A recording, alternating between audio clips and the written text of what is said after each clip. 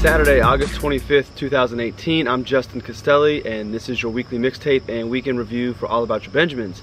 The last few weeks I've kind of talked about the news being a little slow. Well, this week we had plenty of news to cover, so let's get into what is impacting your financial planning, investments, and portfolio. And we'll start with the obvious. I'm not going to spend a lot of time on the details. There's articles below that'll walk you through everything you might want to know if you don't already know. But the big news this week, the big talking points, all the drama centered around Michael Cohen and Paul Manafort, two people attached to President Trump's campaign or his personal life. So Cohen was his personal attorney. He pled guilty to 8 counts, including charges relating to campaign financing. So he also admitted under oath that he was directed by President Trump, or I guess maybe somebody in Trump's campaign, to pay off women regarding affairs.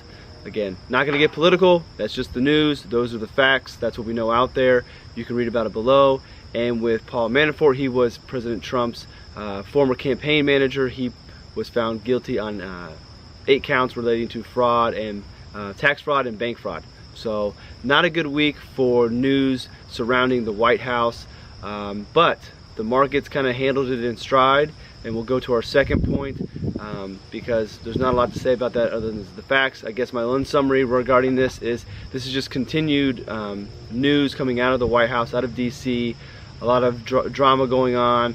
Headline risk is there, short-term reactions, and this week the market just kind of shrugged this news off. So I don't bring it up to cause any concern. There's going to be a lot of talking heads about impeachment. President Trump even mentioned it one day this week and said if he were impeached, the market would crash, trying to create a little bit of concern about if he was impeached, what might happen. Who knows? But this is probably going to be something that continues to go on. We're going to have more headlines come up, more bombs dropped in this saga. So not that you should ignore it and pretend like it's not going on, but I also don't think that you should be manipulating your financial plan in reaction to what's going on or what you might think happened, because in the grand scheme of your long-term financial plan, whatever happens, day to day or with this presidency will be a blip on the radar. You just don't want to react to it. So those are the facts. Check everything out if you want to learn more. But we'll move on to the market because it handled it just fine. So we ended the week in the S&P 500, the Russell 2000, which is the kind of measurement for small companies in the US, and the NASDAQ all at or near all-time highs. So markets are doing really well. In the financial community, investment community, there's a little bit of a debate going on about whether or not this is the longest bull market in history. There is some good evidence suggesting that the bull market did not start back in 2009 like a lot of people cite. Rather, it started in 2013. Getting into semantics there, regardless, it's a good long bull market. We should be appreciative of what the market has done for our investments over the years, respect it, but then also stick to our investment strategy. So it's kind of more of a debate for us in the finance world. We don't have enough to do, so we kind of talk about numbers and resets and all this stuff that really doesn't matter to your planning. But that conversation is there, so you might read about it if you're reading about investments. Sticking with portfolios, a few weeks ago, maybe even like a month ago, I brought up the international markets and this year their struggles. Last year the international markets did very well. This year they're lagging the US. I'm a believer in having a globally diversified portfolio and not changing it just because of a year of underperformance. But I wanted to bring it up because this week Greece received its last bailout payment. And you remember that saga a few years ago, everybody coming together and helping Greece. Well, their last payout was received, and there's some current concerns about whether or not they've done the things they need to do to fix that economy. So is it the end of that story? Who knows? And then on top of that, there's some concerns about Italy and their economy. So I only bring this up just to let you know that, again, reiterate the fact that I believe in a globally diversified portfolio. You don't want to change that just because of these news headlines, but maybe there's going to be some more of this story coming out later this year. So just as I continue to monitor the international markets, just to know what's going on, I thought I would share that with you just because it is a little bit of a milestone for Greece, but maybe they come back in the headlines again, or maybe it's Italy, or maybe it's somebody else. So again, globally diversified, don't react to these headlines, just be aware of what's going on so you realize why one part of your portfolio might be lagging compared to others, but don't make changes just because of that. And talk to your advisor as always with all that stuff. Going to go to the Federal Reserve. We've covered them a lot this year. They are wrapping up their annual retreat at Jackson Hole.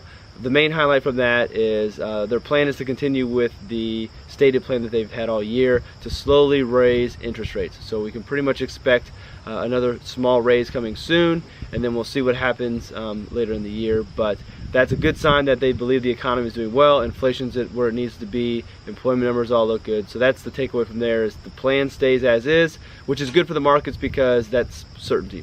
The markets expect that to happen, so they kind of just move forward and digest that information and look at other areas of the market.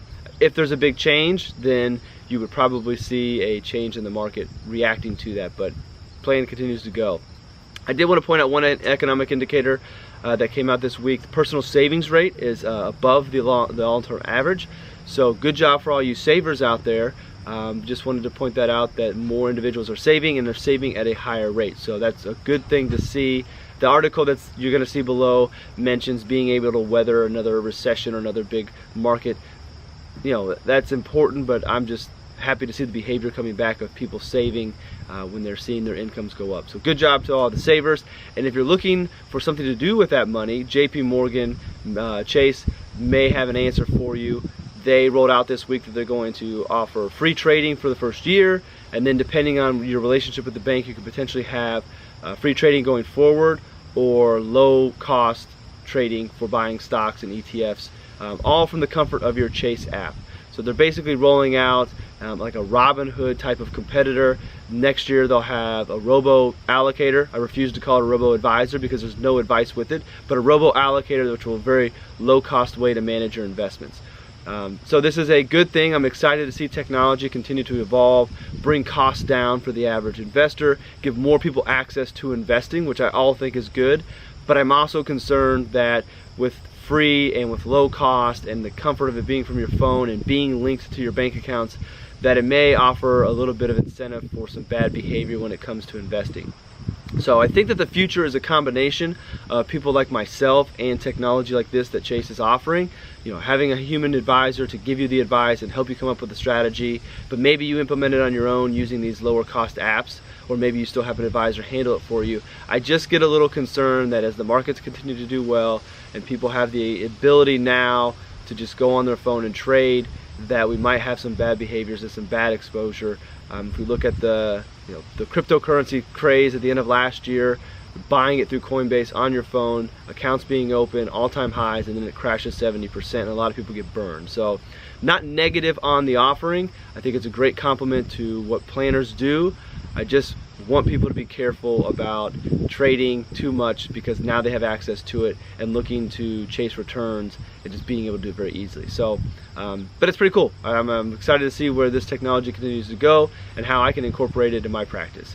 So that is it for this week's news. Be sure to check out the Mixtape posts below. If you're watching this on YouTube or Instagram TV, head on over to allaboutyourbenjamins.com to catch those articles. Be sure to subscribe to YouTube and to the blog so you don't miss out. And I want to thank you all for watching, and we'll see you in the next episode.